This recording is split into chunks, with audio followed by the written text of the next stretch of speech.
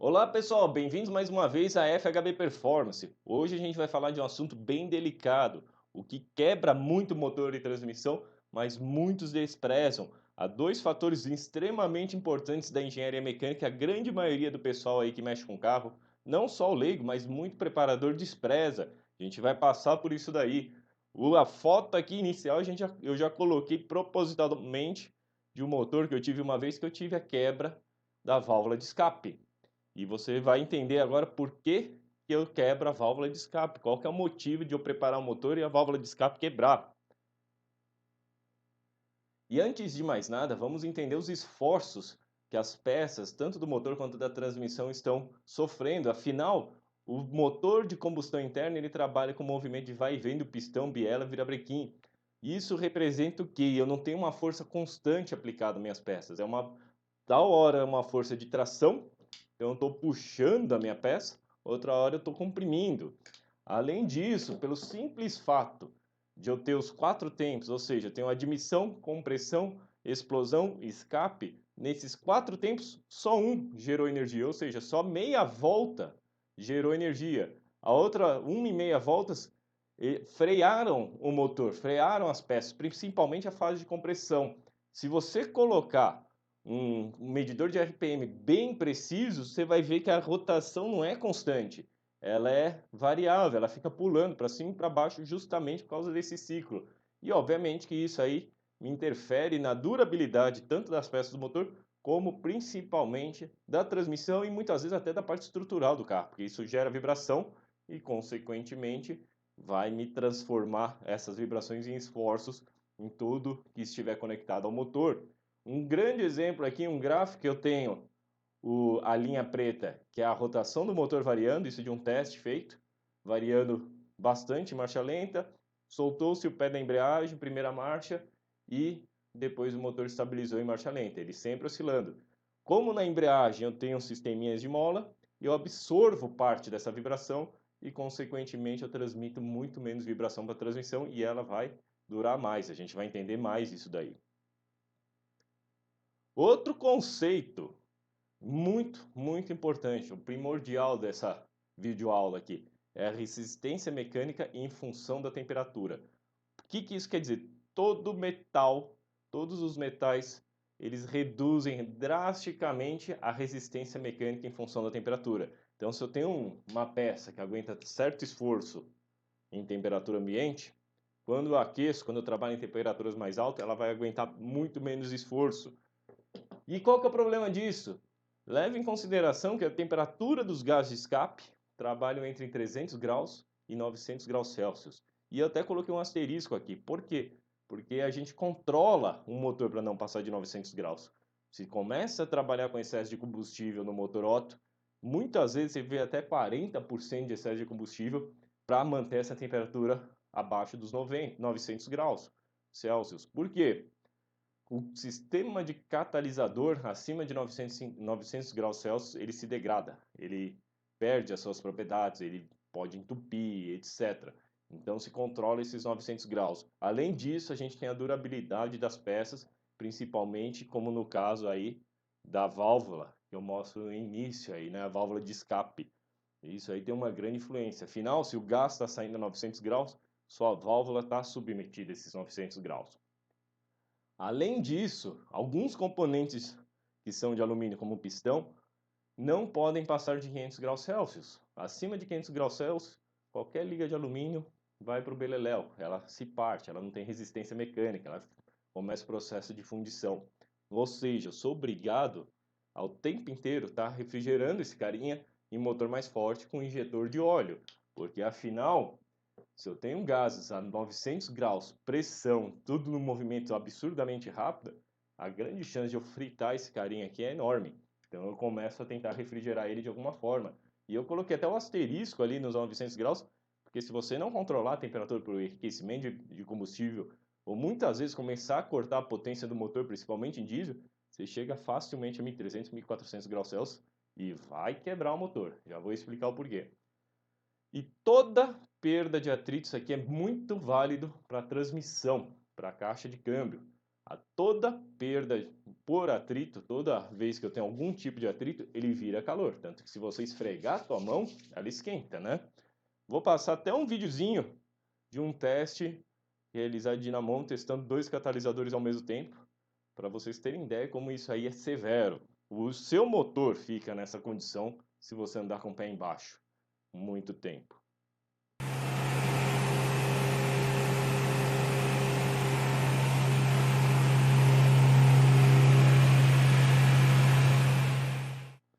E olhando mais em detalhes essa característica, resistência mecânica em função da temperatura, aqui um exemplo de um aço 4130, aço cromo molibdênio, muito utilizado por vários fabricantes na construção das válvulas. Por quê? É um aço extremamente resistente à tração, ao esforço, extremamente resistente à temperatura e extremamente resistente à corrosão. Ele tem muitas propriedades boas. Olhando no gráfico aqui, o que eu tenho? Eu tenho deformação, eu coloquei essa peça numa máquina de tração e comecei a puxar, né, tudo padronizado. No que eu começo a puxar, eu começo a ter uma deformação minúscula, né? Mas eu começo a ter uma deformação e ao mesmo tempo eu estou medindo um esforço. Para não entrar muito a fundo nesse assunto, tenta entender apenas por números. Eu tenho esse esforço que eu estou puxando em temperatura ambiente. Chega um momento que eu começo a ter deformação da peça, ou seja, se eu soltar o meu esforço aqui, ele volta para o tamanho original. Mas se eu puxar até aqui para frente, eu comecei a deformar a minha peça. E chega um momento que ele rompe.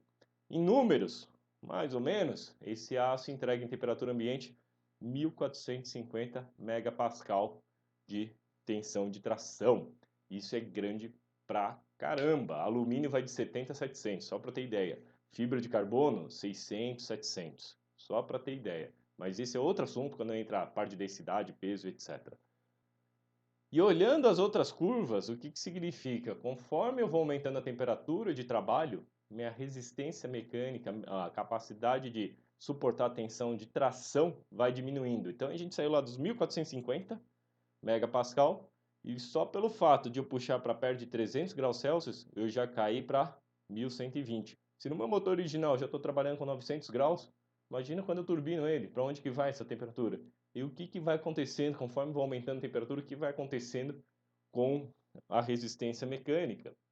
Olhando outros gráficos, ali a gente parou nos 500 e poucos, aqui já com 900 graus Celsius, ou seja, a temperatura de trabalho da válvula de escape. Se eu ensaiar a mesma peça a 900 graus Celsius, aquela resistência que antes era 1450, veio parar na casa dos 120. Ou seja, já diminuiu mais de 10 vezes. Se eu aumentar para 1000 graus, ou seja, só 100 graus, só um pelinho, já não é mais 120, é 60. E se eu for para 1100 graus, isso aí cai para 40. Outro conceito muito importante da engenharia mecânica, que a grande maioria não conhece, é a fadiga versus ciclos de utilização. O que significa isso? Hipoteticamente, o mesmo aço fosse essa biela, fosse do aço cromo molibdênio, digamos que ela aguentasse eu colocar 1450 kg. Se eu colocar 1500, vai romper, não vai aguentar. Mas raciocina comigo, se eu colocar 1300, soltar, 1300, soltar, 1300, soltar, 1300, soltar, vai chegar uma hora que ela vai partir por fadiga, fadiga entre as moléculas do próprio aço. Isso é muito interessante porque outras peças que são de desgaste, que não envolvem grandes riscos, eu trabalho nessa faixa. Então, você vê um motor que dure, por exemplo, 300 mil quilômetros, aí você vai turbinar ele, aumenta a potência, ele dura 10 mil. Por quê? Porque eu saí dessa faixa que eu projetei para ter uma fadiga com 300 mil e só um pouco mais de esforço, a vida útil dele caiu muito. No caso do alumínio é mais complicado, o alumínio não tem esse limite. Óbvio que chega a uma certa condição que o número de ciclos é tão grande que você vai passar centenas de anos ciclando isso daí e não vai quebrar. Mas um dia eu vou sofrer fratura. Então é interessante, digamos que essa peça fosse de alumínio e aguentasse 700 quilos. Aí eu venho e coloco só 1 quilo. Tuque, e tiro. Coloco 1 quilo e tiro. Coloco 1 quilo e tiro. Vai chegar uma hora que isso aqui vai quebrar. Por incrível que pareça. Isso é um grande fator que a gente obriga a ter os cemitérios de aviões. Por quê? O avião que tem as asas lá o tempo inteiro ciclando, turbulência, etc. Chega uma hora que eles calculam e falam, putz, já ciclou, sei lá, 1 bilhão, 1 trilhão de vezes. Daqui para frente eu tenho o risco de partir essa asa no meio. E aí eu mando para o cemitério de aviões, mando para reciclagem, etc. Quebra da caixa de transmissão, ou seja, o famoso câmbio.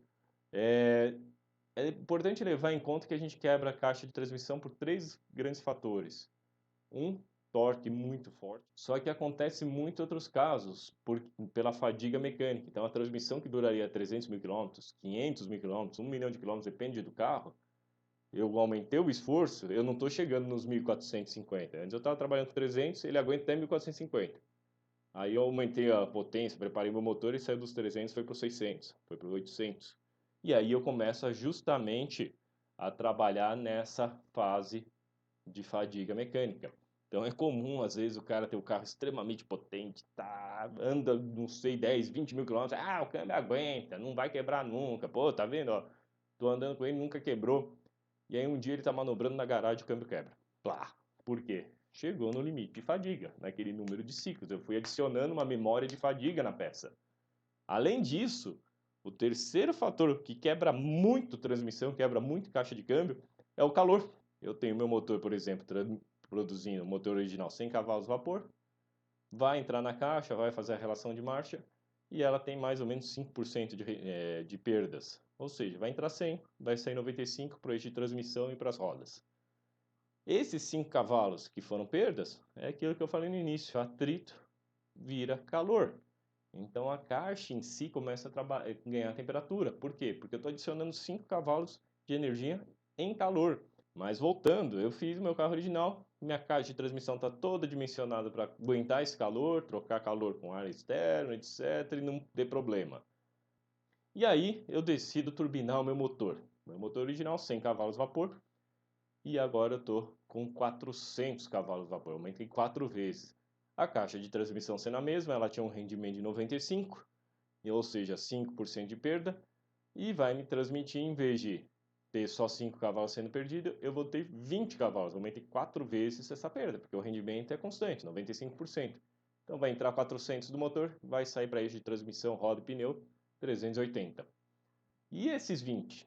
Pô, aumentei pra caramba o calor gerado, o atrito gerado, porque é em função da potência que está entrando.